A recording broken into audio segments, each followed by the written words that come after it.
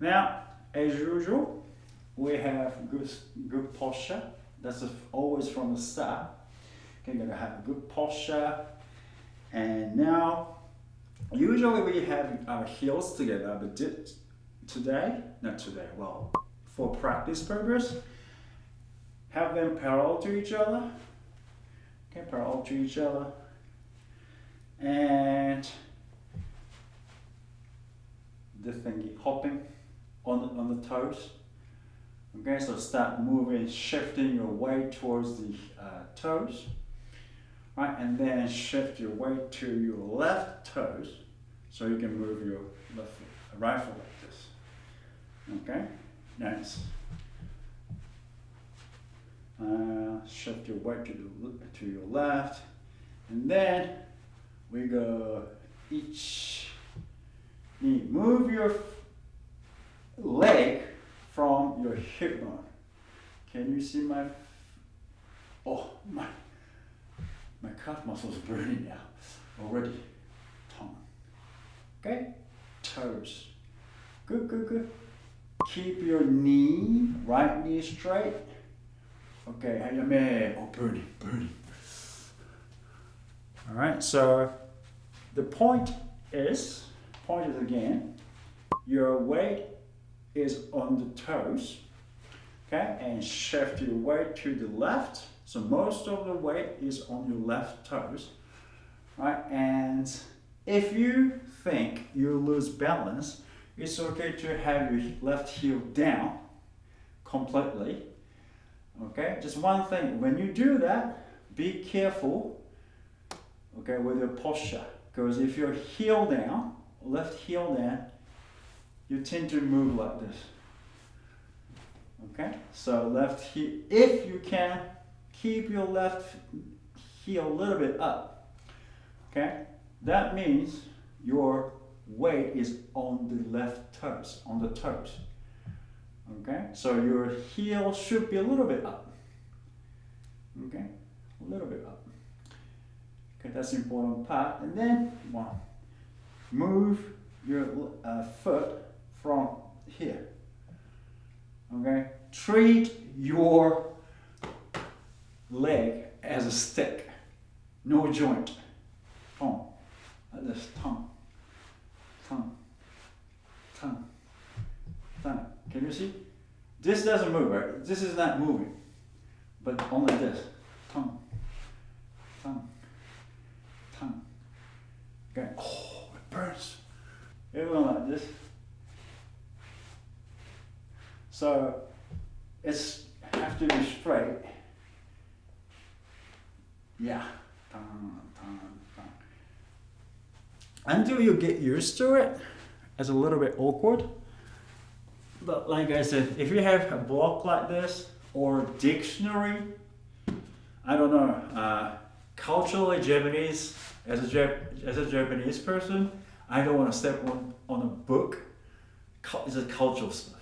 But if you don't mind doing that, go ahead and do it. Use a book or telephone book. Probably there's no such thing telephone book anymore, but phone book, like this. So basically idea is this. Like this. Knee straight. Tong. And then we do this on the floor, and it becomes like this. Tong. Okay. Again, this is a preparation for us to strike. Nice posture. And of course, you have your sword right in front of you. You're in striking distance. Okay. Mind you, your striking distance. So if you want to, you can reach. If you see an opportunity, you go. Okay, that's your striking distance. So striking distance is usually, this is called shokujin no ma.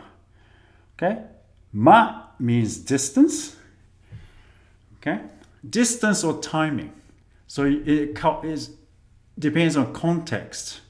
it changes the meaning. But in this case, distance. Shokujin no ma. Okay? And that's touching. Shokujin means, shoku means touch.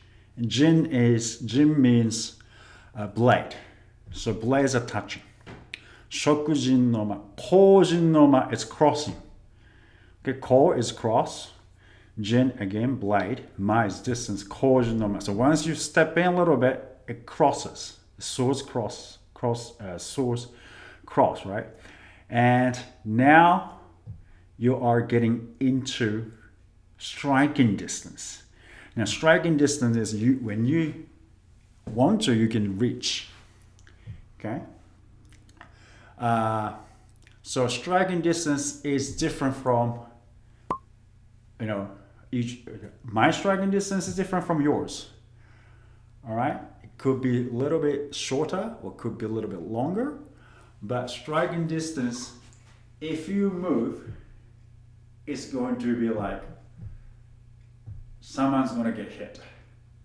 If it's not you, your opponent will get hit by you. Okay, so that's a striking distance. So you got to be very careful. And in striking distance, this motion is a trigger. Okay, and it's a little bit too deep, but I'll just give you a concept. In striking distance, we don't strike right away because we still have tension.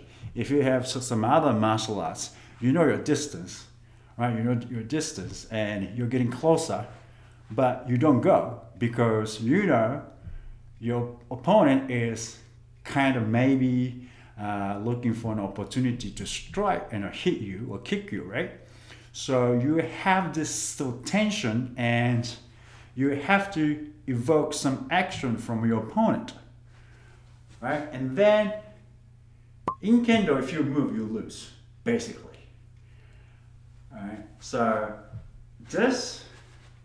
by doing a little bit like this, I put extra pressure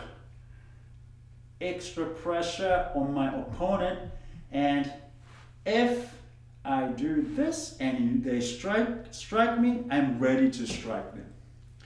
If they don't strike, but I can still push more, add more pressure by doing this. Okay, by using knee. All right, if they go step backwards, I go or strike me like this. So this is very important motion for you in the future, not now.